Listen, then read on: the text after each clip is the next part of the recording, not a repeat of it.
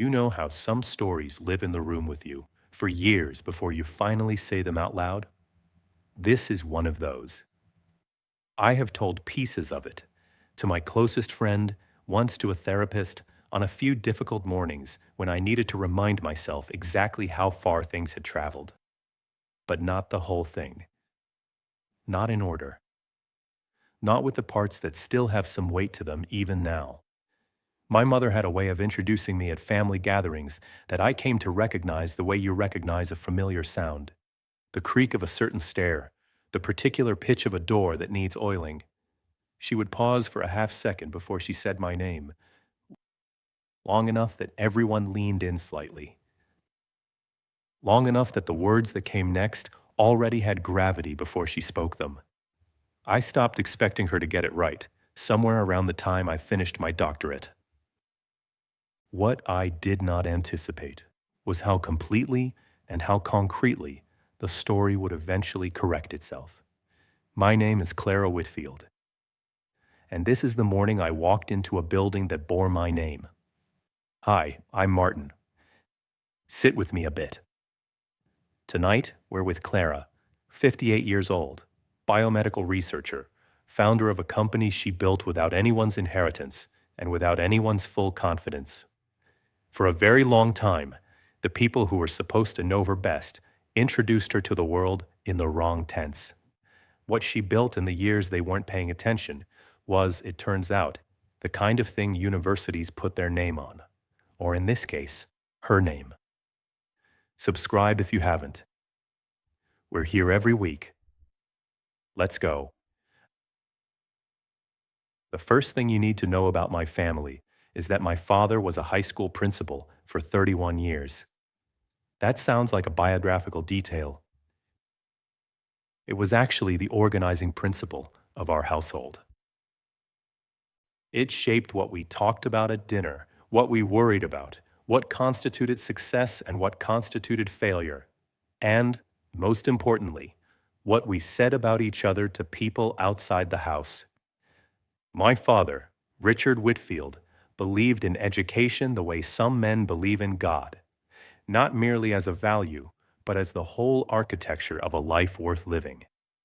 The degree you held was the most legible thing about you. It told people immediately what kind of person you were and what they should expect. My mother, Evelyn, came to this differently. She did not care about education in the abstract.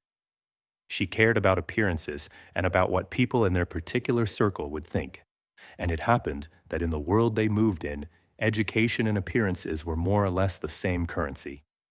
She managed a dental practice for 26 years.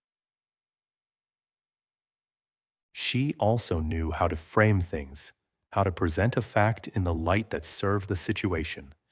And that skill, it turned out, mattered more in our family than I understood for a long time. We grew up in the suburbs of a mid-sized city. My older sister Diane, my brother Patrick, and me. Diane was the one who made everything easy. She enrolled at the state university, came out 4 years later with a business degree, married a man who worked in insurance, and produced 3 grandchildren at intervals that seemed choreographed for maximum family approval. Patrick took longer, but eventually landed in accounting.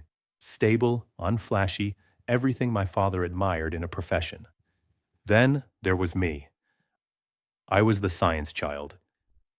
Not in a competitive way, in a quietly consuming way. I had notebooks full of observations about plants and insects and the chemical composition of the creek behind our house that I tested with a kit I'd bought with birthday money. I read things my parents couldn't easily follow and asked questions that made my father slightly uncomfortable. Not because he disliked curiosity, but because he could not see where a particular kind of curiosity was supposed to go. He wanted me to be a doctor or an engineer, something with a defined endpoint, a title he could say at a dinner party that would require no further explanation. For fairness, those early years, my father was not unkind to me. He took me to the Natural History Museum every summer, just the two of us, while my mother took Diane to the mall and Patrick played with the boys on the street. He subscribed to science magazines he didn't read because he thought I might. There was a version of him that genuinely wanted things to go well for me, a version that took real pleasure in the strangeness of the child he had. What he could not do, and what I came to understand only much later, was love me separately from his definition of what love was supposed to produce. My mother was the more careful strategist. She kept things warm on the surface, asked about my projects in a tone that sounded like interest, bought me books for birthdays. But she had understood, before my father did, that I was going to complicate the story they wanted to tell about their family. And she had started, very early, doing small things to preemptively manage the narrative. A quiet aside to an aunt here. A gentle redirection of a conversation there.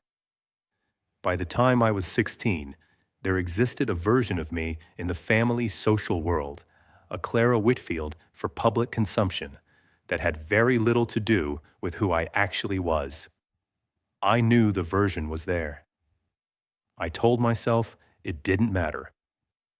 I enrolled in Alderton University the fall after I graduated high school. I loved it immediately and completely. The rigor of it, the way a properly designed experiment made even uncertain things feel testable, the particular pleasure of a result that answered one question and opened four others.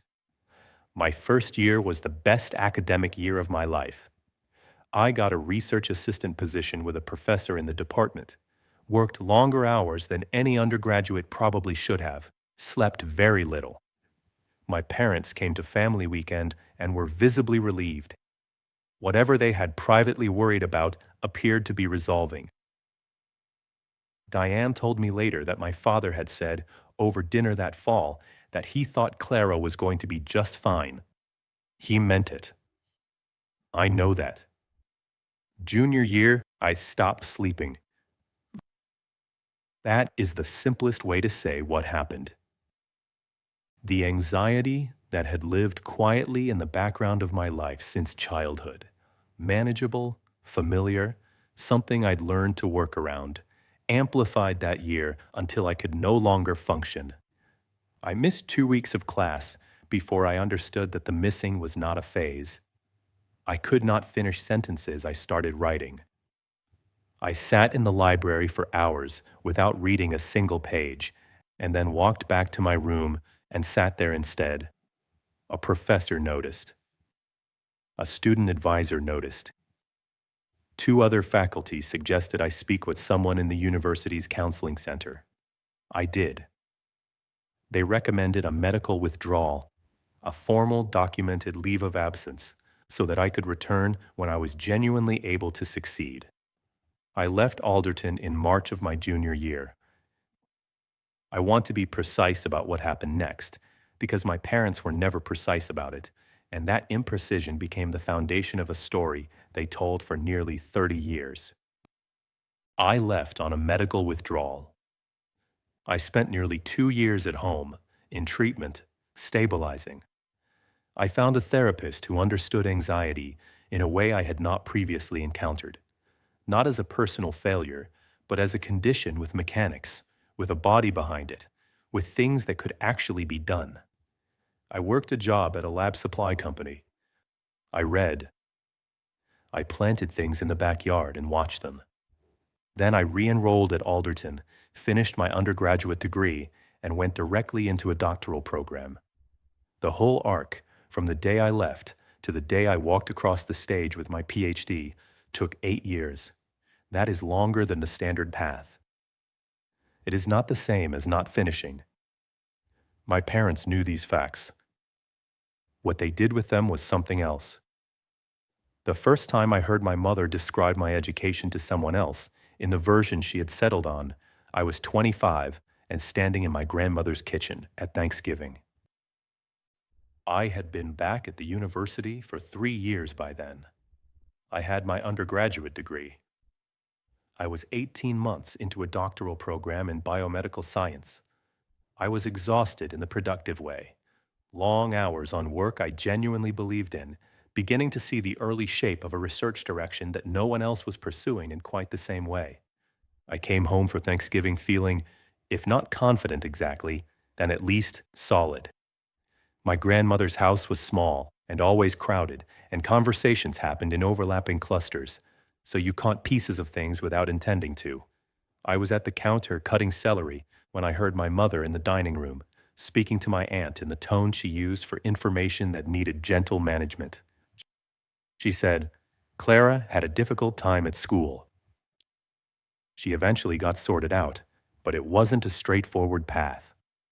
You know how some children struggle to find their footing. My aunt said something I couldn't quite hear. My mother said, she's in a program now, graduate level, but she needed time to work things out first. I kept cutting. The sound of the knife on the board was very present. I did not go into the dining room and correct anything. I told myself it was not the right moment. I told myself I didn't want to cause a scene at my grandmother's Thanksgiving table. Both of those things were true. But there was also something else, and I'm not proud of this, a strange relief in not having to say the whole thing out loud to a room full of people. The medical withdrawal was still something I had to gather myself to explain.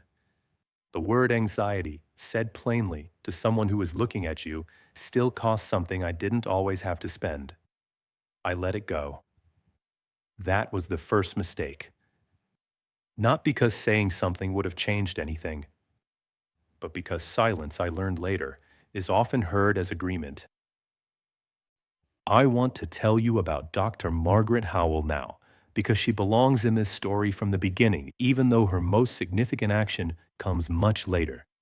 Margaret Howell was my biology professor the year everything fell apart, junior year, the year I left.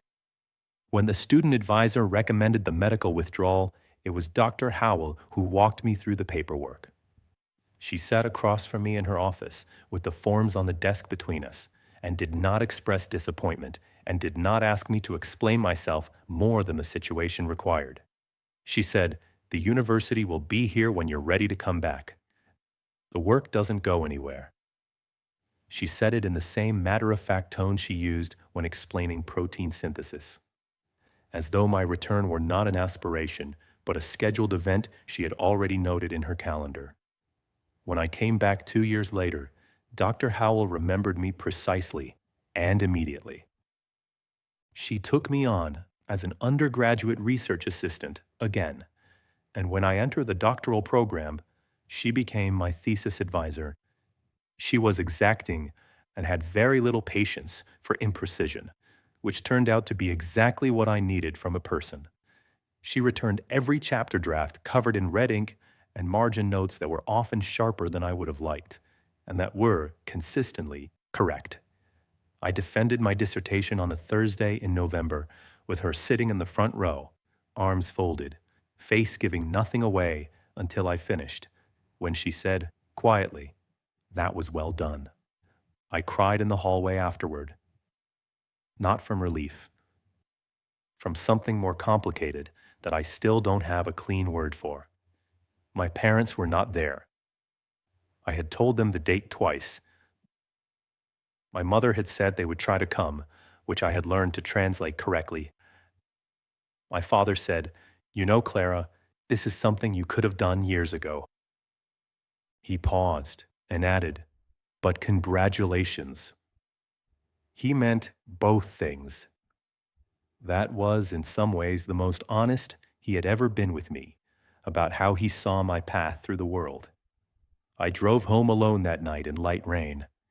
I stopped at a diner near the highway and ordered coffee and eggs and sat at the counter and read the newspaper because I did not know what else to do with the fact that I had just finished the thing I had spent 8 years working toward, and there was no one waiting at home who fully understood what that meant.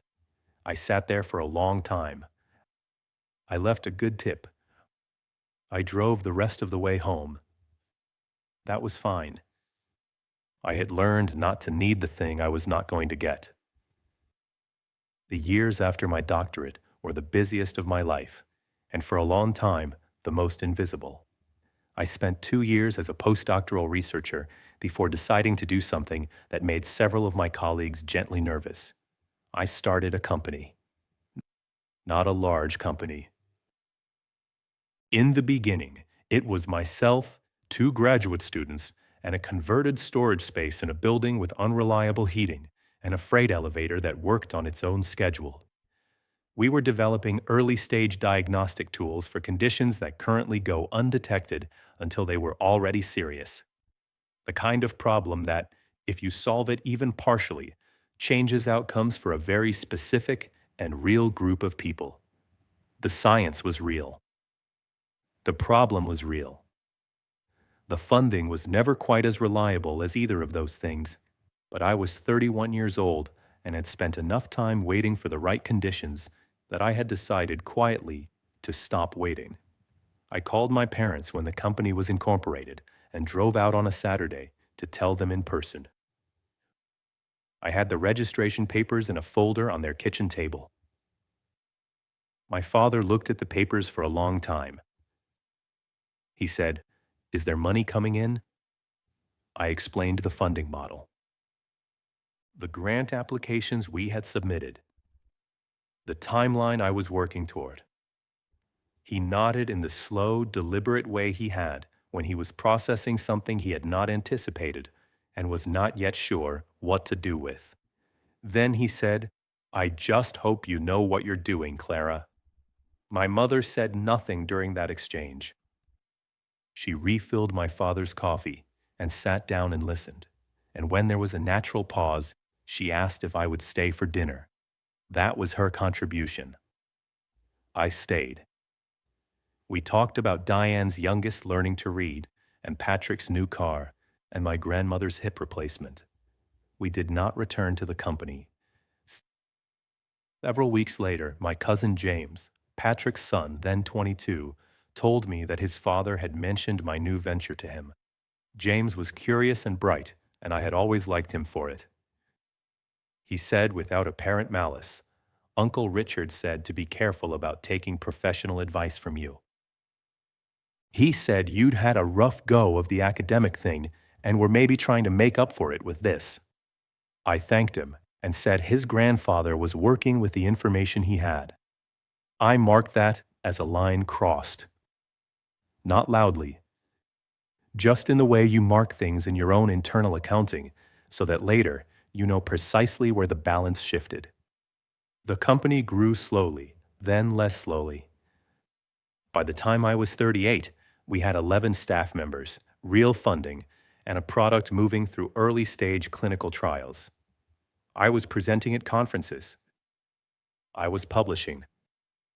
My work was beginning to accumulate the kind of citations that make a research direction feel like it has a life independent of the person who started it. None of this was visible in any dramatic way.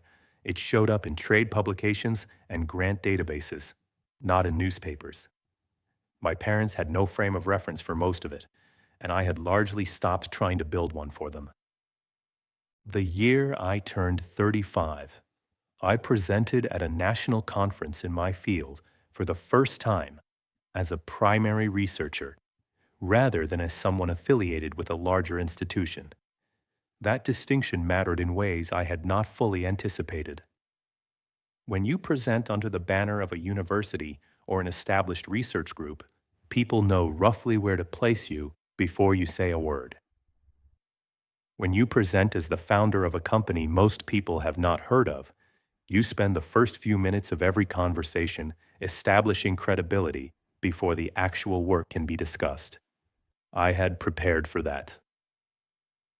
What I had not fully prepared for was the way the conversations shifted once the work itself was on the table, the way people leaned in, the way the questions became specific and serious, the way a woman from a university in Vancouver followed me into the hallway after my presentation to tell me that a paper I had published 2 years earlier had changed how she was thinking about a specific problem she had been working on for 5 years. That was the first time I fully understood what it meant to have work that existed beyond me.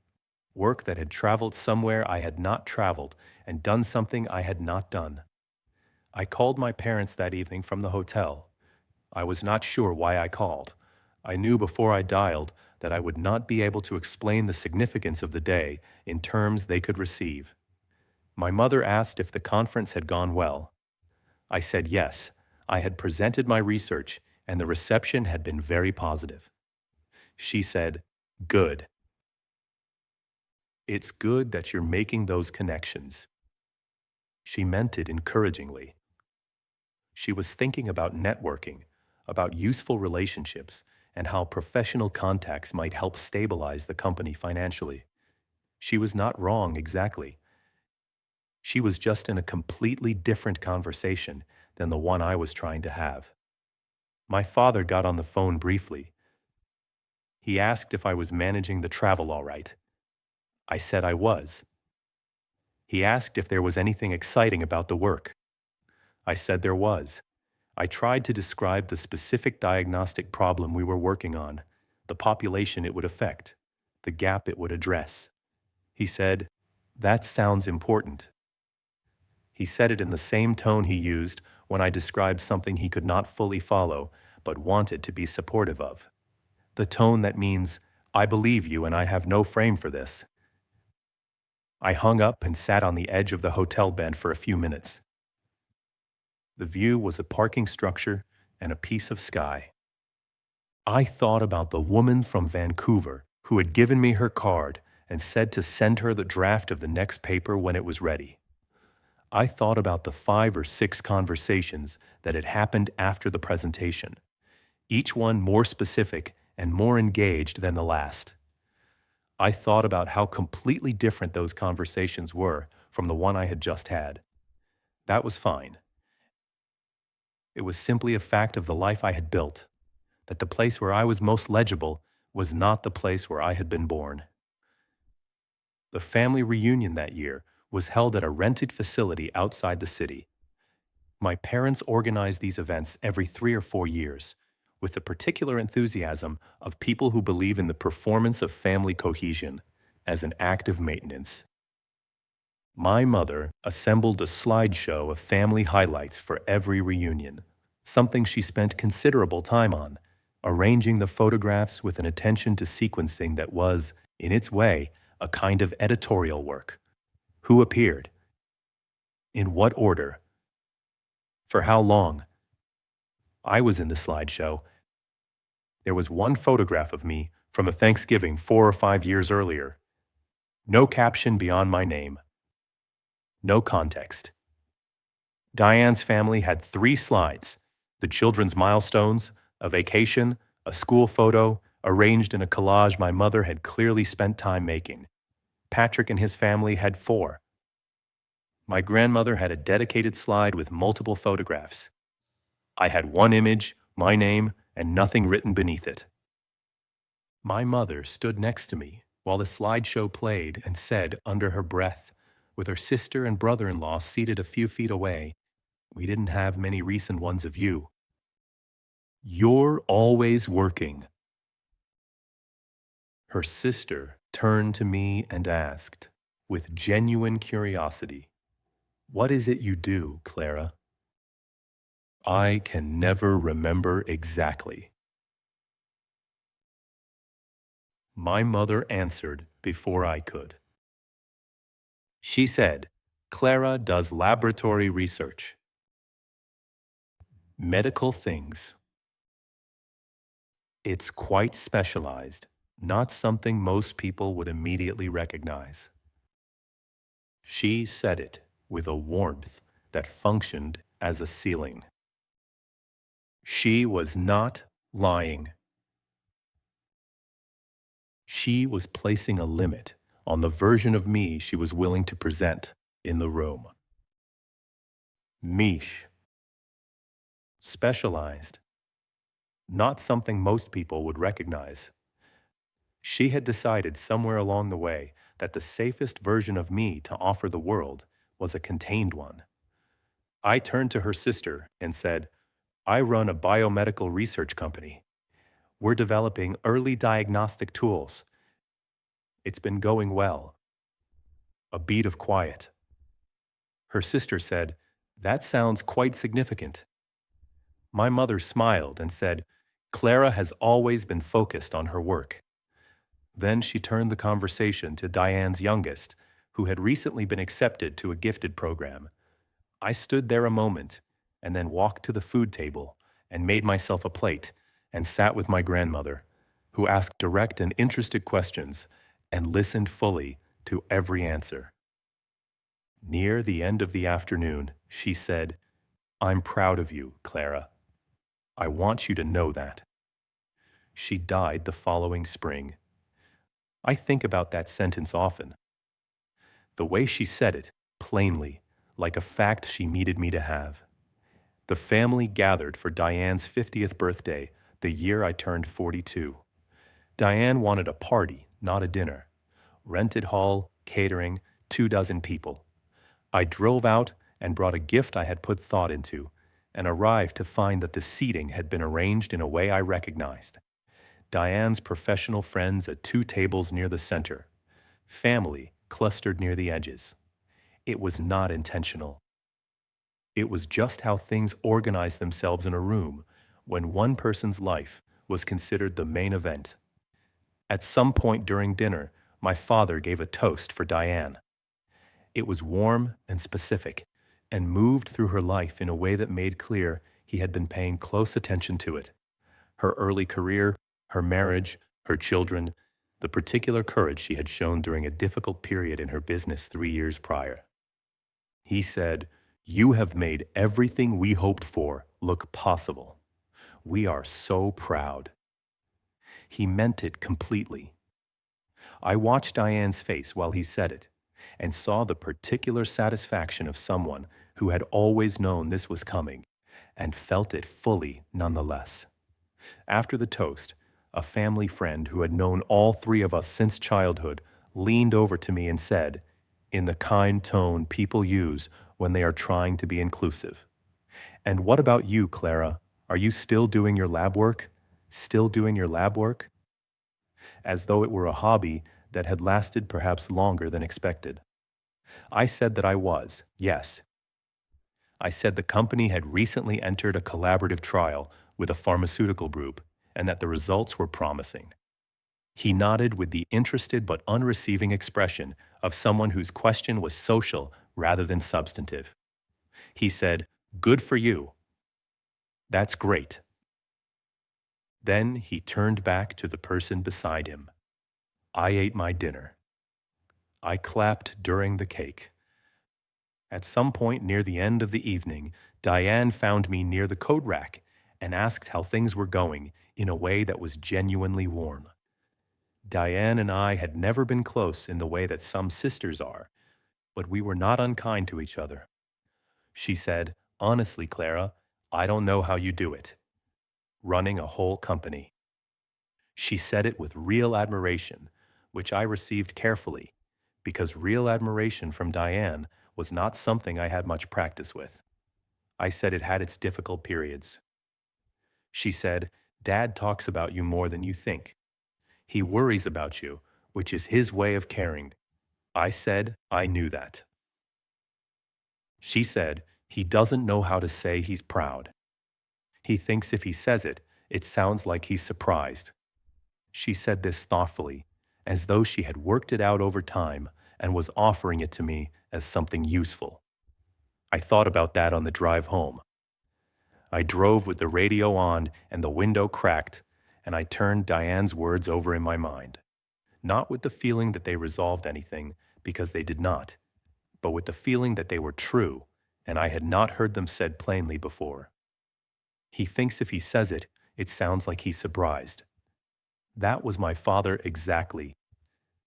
His silence had always been less about disappointment than about an inability to express approval without accidentally exposing what he had previously doubted. The silence was structural, not cruel. It did not change what 30 years of it had produced, but I understood it more precisely after that, which I found was its own kind of useful. I did not think about the evening again for several days, and then I did, and then I put it away. There is a particular loneliness in being unknown to the people who have known you longest. It is different from being unknown to strangers.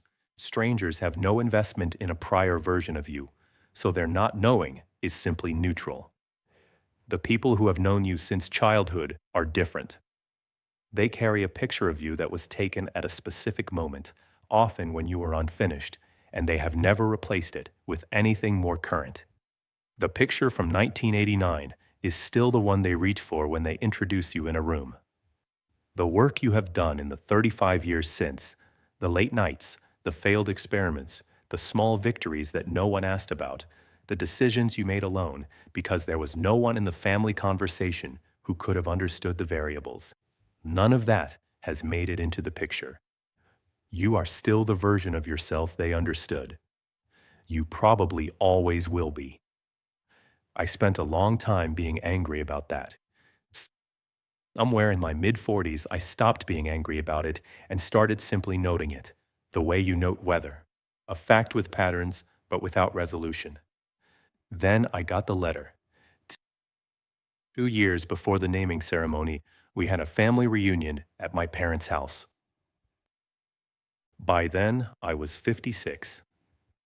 The company had recovered from its worst period and was in what I privately considered its most productive phase. The collaboration with Meridian was producing results I believed in. There were 2 papers in review, a third in progress that I thought might be the most important work I had done. I had in my coat pocket that afternoon a letter from Alderton University's Board of Trustees. It had arrived 6 weeks earlier and had confirmed, in the measured language of institutional documents, that the university had voted to name the new biomedical research center the Clara Whitfield Biomedical Research Center, pending the formal ceremony scheduled for the following year. I had read it 3 times the morning it arrived, and then put it in a folder in my desk drawer and gone back to work. That afternoon, standing in my parents' living room while my mother arranged the cheese platter, I heard her in the kitchen talking to my Aunt Patricia. My aunt had asked about each of the children in the way she always did. Diane, Patrick, and then, "And Clara? How is she? Still in the research?" My mother said, "Clara keeps busy. She has her company. It had some difficulties a few years ago, but it's still going. She never quite took the traditional route, as you know. She left school for a time, and it took her longer to find her footing. But she's always been determined. She never quite took the traditional route. Left school for a time. I was 56 years old, and there was a letter in my coat pocket that said my name was going on a building, and my mother was in the next room telling my aunt I had struggled to find my footing. I reached into my coat and touched the envelope through the fabric. I had brought it along that afternoon without entirely deciding to. It had been sitting on the counter when I picked up my keys, and I had put it in my pocket the way you put something in your pocket when you are not sure what you are going to do with it yet. I had not planned to show it to anyone. I still did not plan to. But standing there, listening to my mother's voice carry from the kitchen with its careful management of the Clara problem, I felt something clarify. The impulse to walk into the kitchen and place the letter on the counter, to say nothing, simply put it there and let the document speak, was real and specific, and I felt it for several complete seconds. I knew exactly what would happen if I did it. My mother's face, the recalibration, the shifting of the room. I did not do it. Not because I was dignified, but because I wanted the moment when they finally understood to be unambiguous. A letter produced from a coat pocket at a family reunion could be contextualized, minimized, explained away as something uncertain or preliminary. A building with my name on it in 2-foot letters on the facade of a university research center was not something that required my help to be understood. I wanted them to see it standing, already built, already named, already a fact in the world that had been a fact for a while and had not needed their attention to become one. I thought, She will be in the room when it happens. I do not need to say a word right now. I went into the kitchen and helped with the cheese platter and asked my aunt about her grandchildren's new school. The year the company almost ended, I want to tell you about precisely, because it was the lowest point I had reached since leaving Alderton in my junior year, and because the way my family handled it became one more quiet layer of the story I carried.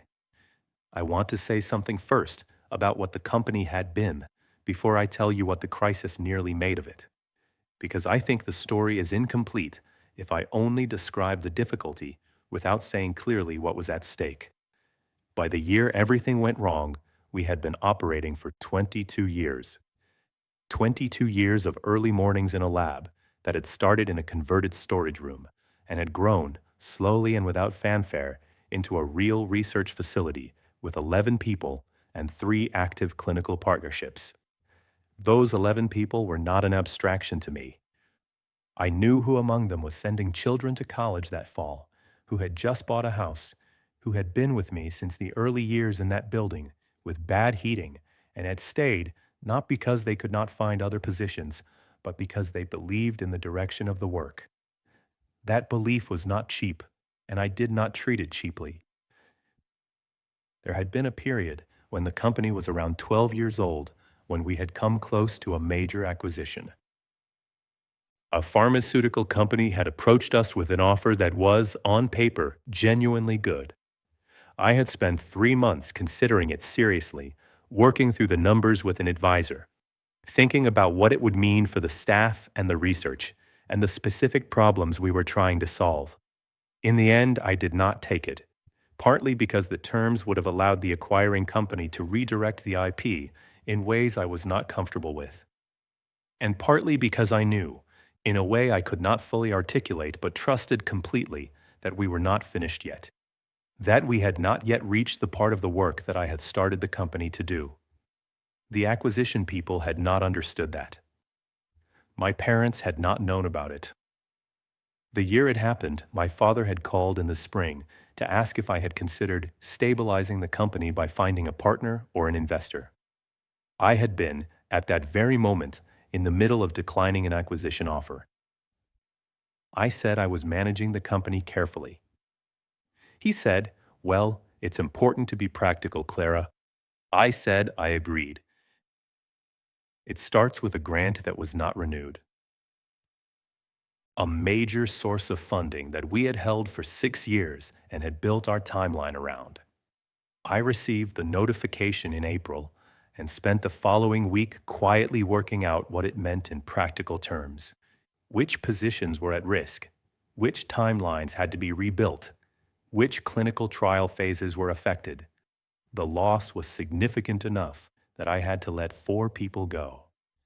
4 people who had worked with me for years and who came into my office one at a time, and I sat with each of them longer than was strictly necessary, not because it helped, but because I could not think of a more honest way to be present to that moment. 3 months after the layoffs, I sat in an attorney's office and heard a calm, competent lawyer walk me through what a structured wind down of the company would look like. She had a clean, organized manner and walked me through each step without inflation or alarm. Existing IP, remaining staff, ongoing obligations. I listened and took notes because I had learned long ago that the most useful thing you can do inside a genuinely difficult situation is pay close attention to the information it contains. I walked out of her building into a bright October afternoon and stood on the sidewalk. 22 years. I had been building this for 22 years. The diagnostic tool we had developed had already contributed to published research being cited in work I had not initiated. It had a life of its own in the field, in a way that the company's closing would not erase. But if we closed, the IP would be acquired by someone whose priorities were not mine. The graduate students who rotated through the lab each year would lose that pathway. The 11 people who remained would scatter. I stood there in the October sun and thought about all of that. And then, not my proudest moment, I thought about my mother on the phone 3 months earlier. She had called on a Sunday in the careful tone she used for things she had rehearsed in advance. She had said, "We heard things have been difficult with the business. It's all right, Clara. You can come home if you need to." She said it kindly. She meant it kindly. But what she meant by it was also this: we always understood this was too much, and the door is open when you accept that. I had said I was fine. I said the company was restructuring. I said thank you. She said, "You've always been very brave about these things," which was the most compressed version she had ever produced of what she actually believed about me, which was, "You are brave about failure, and someday you will try something that fits you better." I stood on the sidewalk and thought, I am not going to close this company. Not because of her, not exactly. But the thought landed somewhere and changed the temperature of the room. I did not call the lawyer back. Instead, I called Dr. Howell.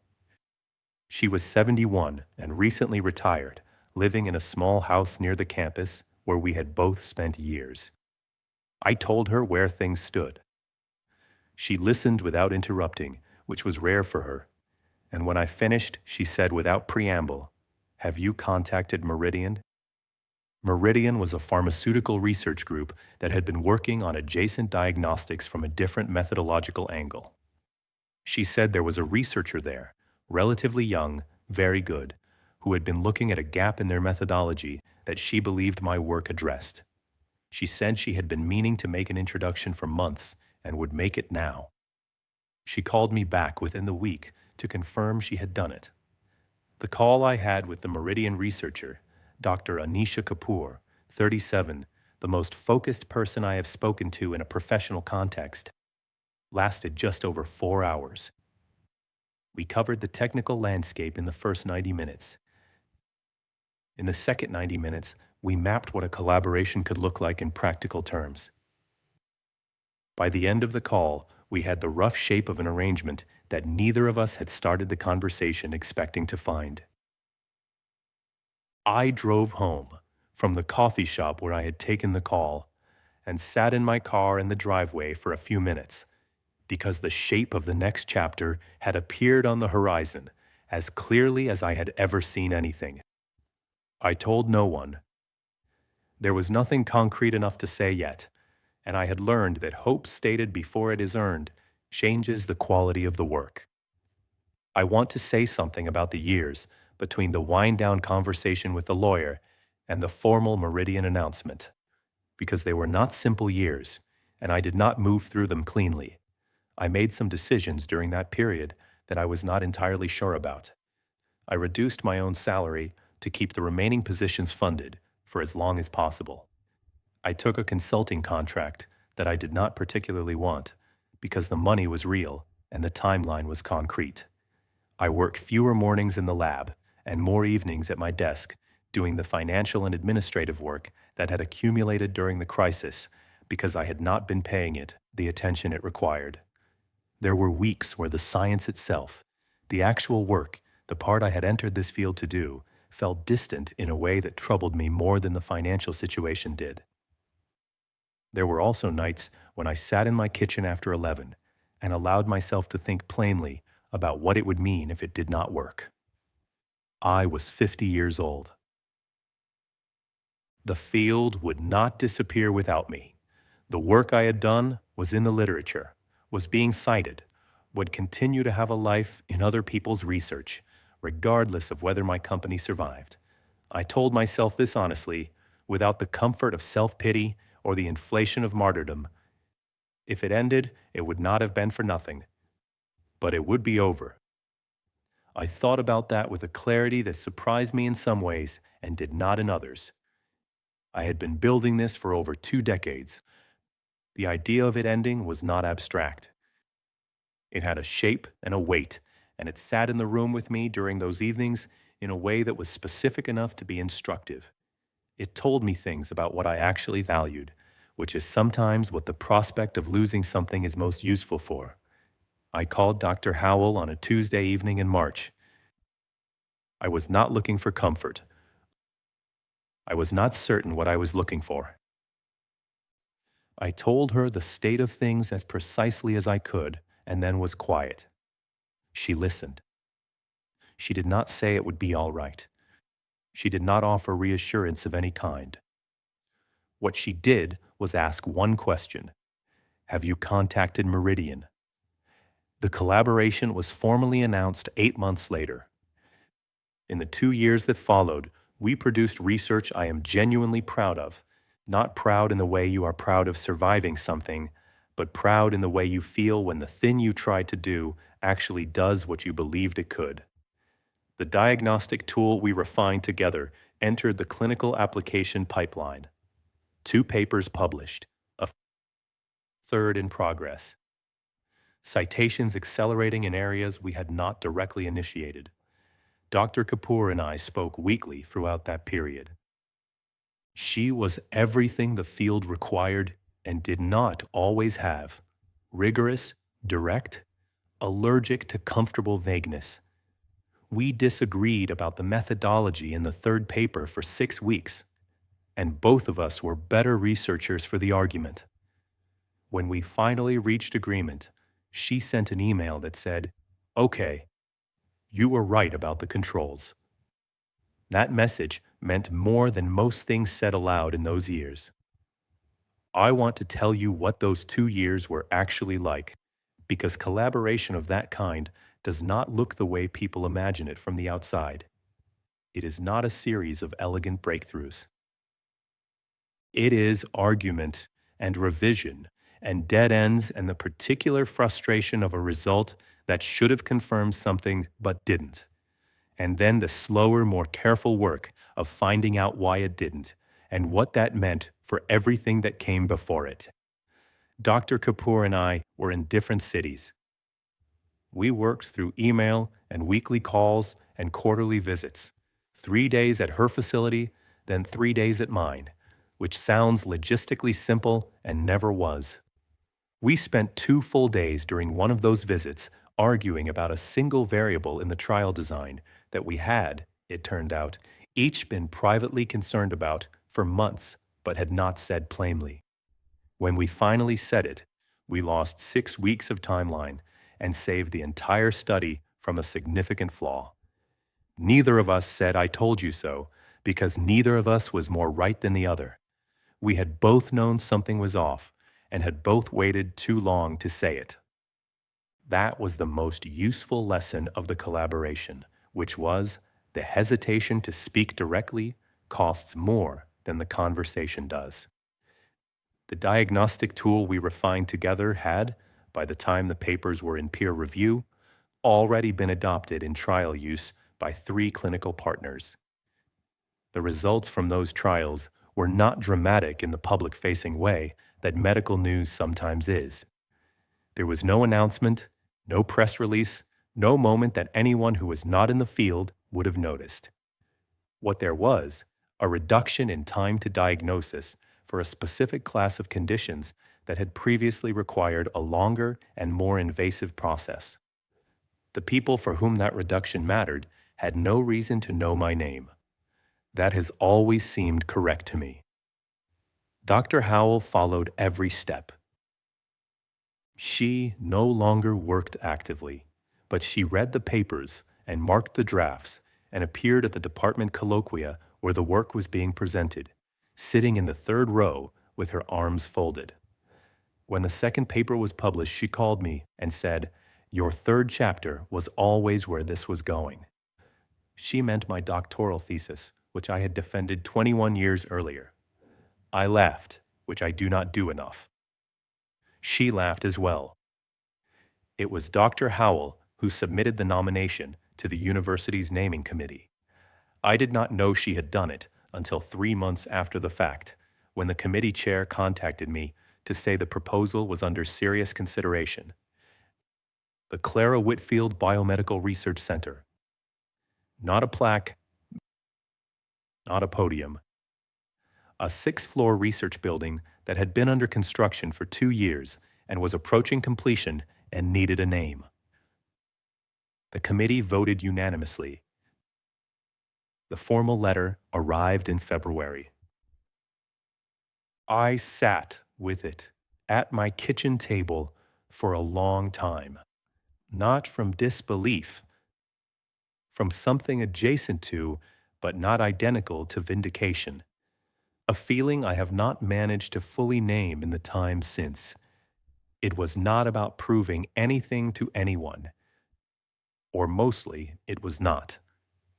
I called Dr. Howell. She answered on the second ring. I said, "Did you know they were going to say yes?" She said, "I submitted a 14-page nomination letter." I had a very good feeling. I asked why she had not told me she had submitted it. She said, "Because I did not want you thinking about it. I wanted you working." The ceremony was set for October.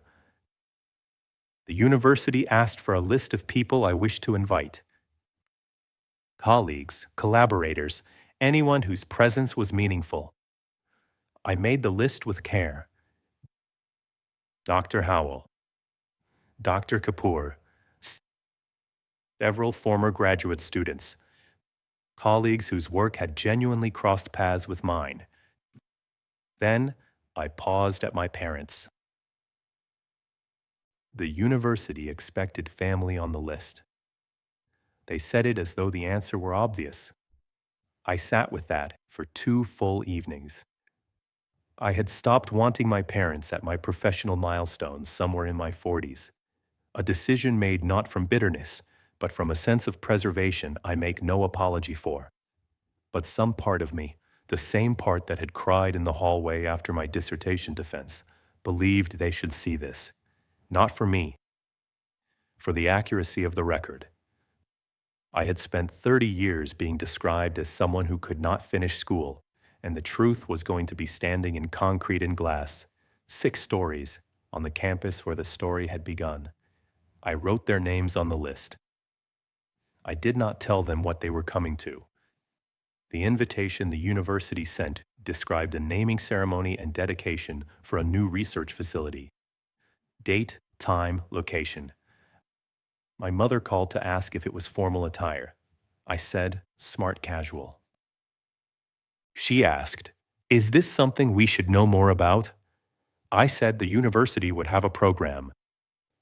The morning of the ceremony, I arrived an hour early. October. One of those mornings that is not yet decided between summer and fall. Bright and cool, with a warmth behind the sun that makes you want to stand still in it for a moment. The building faced east. At 8 in the morning, the light hit the glass facade in long, angled strips and made the whole structure look as though it were lit from inside. The name was already on the building. It had gone up the week before, and I had seen it then without ceremony, alone, on a Tuesday afternoon when there was no one else around. It had registered differently that day. Now I walked up to the entrance and stood there and read it in the particular sans serif the university used when it wanted to appear contemporary without seeming casual.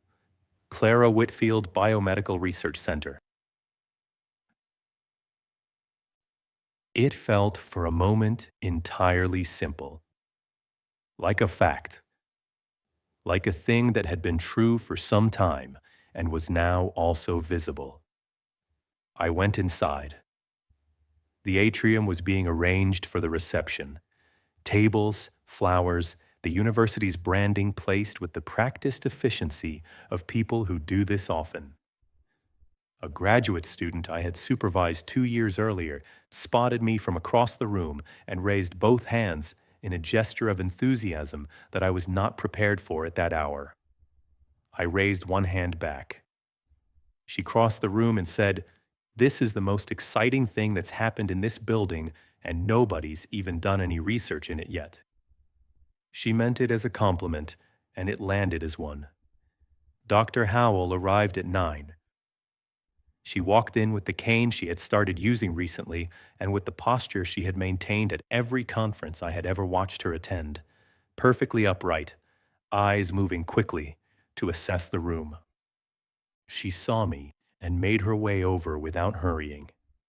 She looked at me for a moment and then looked at the building exterior through the glass doors and then back at me. She said, "It is the right building for it." That was all she said. It was exactly enough. Dr. Kapoor arrived directly from the airport, roller bag beside her, still in her coat. She had flown in that morning. She shook my hand and looked at the exterior signage visible through the glass and said my name in a tone that was not a question. We stood together for a moment without speaking. The ceremony began at 11. The university president spoke about the trajectory of biomedical research and what a building of this kind represented for the institution. The committee chairs spoke about the nomination process and what the name was meant to carry, not only recognition of completed work, but alignment with what the building itself would go on to produce. Dr. Howell spoke for 6 minutes. She said, "I have watched this work since before it had a name. I can tell you with precision that what Clara built was not what anyone expected, including, I suspect, Clara. That is, in my experience, exactly the point." I spoke briefly. I thanked the university. I thanked Dr. Howell by name, with specific language about what she had actually done across the span of my career, which produced a slight tightening around her eyes that I recognized as mild embarrassment, and which I noted with private satisfaction. I thanked Dr. Kapoor. I said I hoped the building would be used well by people working on things that mattered. Then I sat down. My parents were seated near the center of the room. I had not spoken to them before the ceremony. I had nodded when they arrived, my father in a suit, my mother in the pale blue she wore to events she considered semi-significant. I had seen my father receive the program from the staff member at the entrance. I had watched from across the room the moment he read it, because he went still in the way he did when he encountered information he needed time to process. He sat down and read through it a second time. My mother found me near the windows during the reception. She said, "Clara." And then she paused, not the half-second pause I had spent 30 years bracing for, but a longer one. A pause that felt like someone putting something down that they had been carrying without fully noticing the weight. She said, "This is significant. This is, we didn't know it was this." I said, "The university sent what they always send." She looked at the building exterior visible through the glass. She looked at the room, researchers, faculty, graduate students, administrators, and something moved across her face that I had not seen there before. It was not guilt, exactly. It was the look of a person who has held a version of a story for so long that it became part of how they see, who now understands the story was wrong and is adjusting in real time. It happened quietly. There was nothing theatrical in it. She said, "You should have told us more." I looked at her for a moment. I thought about 30 years of the half-second pause, of niche and specialized, and she eventually got sorted out, of "You've always been brave about these things," of "You can come home and regroup," of one slide in a family slideshow with my name and nothing beneath it. I said, "I did tell you." I said it without anger, as an accurate statement of record. She was quiet for a moment. Then she said, "Yes, I suppose you did." After I stepped back from the windows, I found myself beside a table near the center of the atrium, where some of the catering staff were beginning to clear glasses.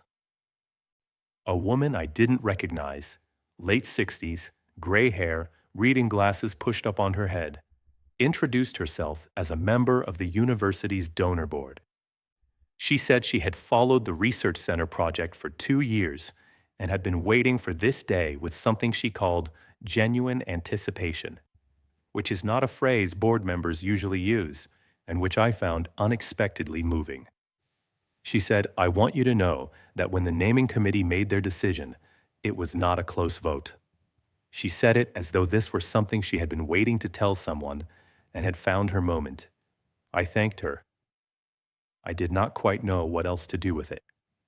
My father found me when the reception was winding down. He came to stand beside me, and we both looked at the building through the glass without speaking for a moment. He said, "The committee chair explained your work to me. The research, the scope of it." He paused. I didn't understand the scope. He said it in a tone that was not quite apology and not quite pride. It was something in between, something that did not have a clean name, which I think was the most honest thing available to him. He was 83 years old.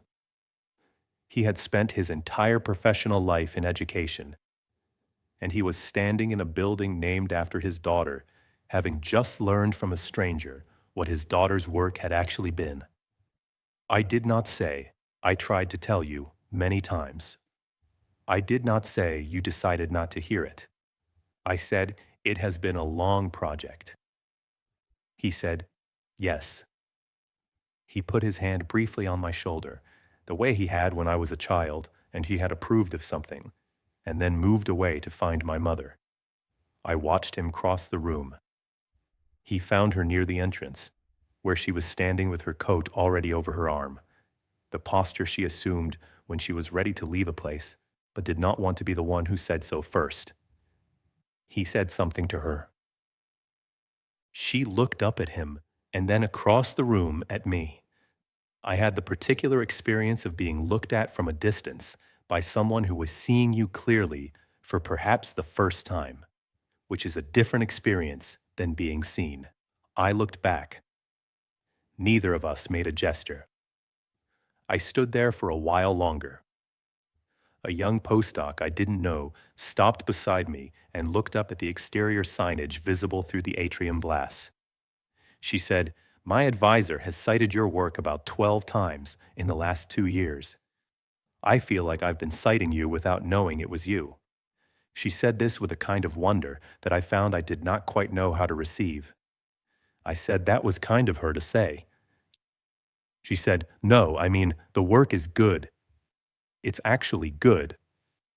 She said it the way young researchers say things when they haven't yet learned to add diplomatic softeners, and it was the best compliment I received that day. There is a corridor on the ground floor of the building that faces the East Garden, a planted space between the research center and the older science buildings, visible through floor-to-ceiling glass. In the morning, it gets the same early light I stood in on the day of the ceremony. I walk through it when I have reason to be in the building. I do not make a habit of standing in front of my own name. But sometimes, when I am visiting a graduate student or meeting with the department, I take the long route through that corridor and I look out at the garden for a moment. My parents and I have a different relationship now. Different is the accurate word, not resolved, not made simple, not returned to something it had never been in the first place. Different. My father called the month after the ceremony and asked to have lunch. We ate at a diner near his house.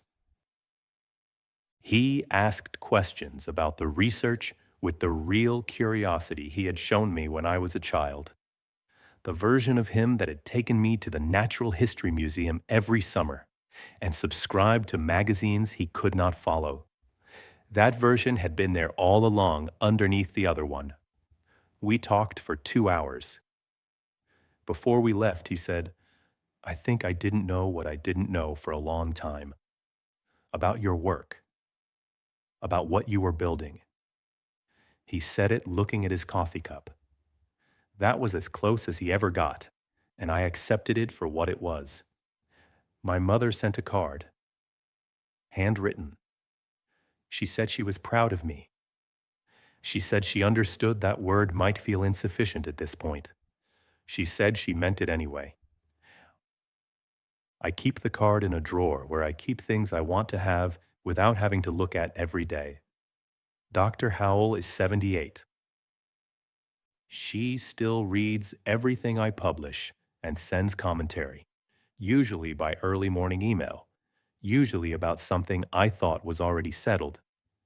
Last month, she wrote about a methodology question in a paper I was reviewing for a journal. She was right, as usual. I wrote back to tell her so. She wrote back, "Of course."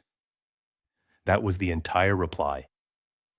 I keep that email as well, in a different drawer.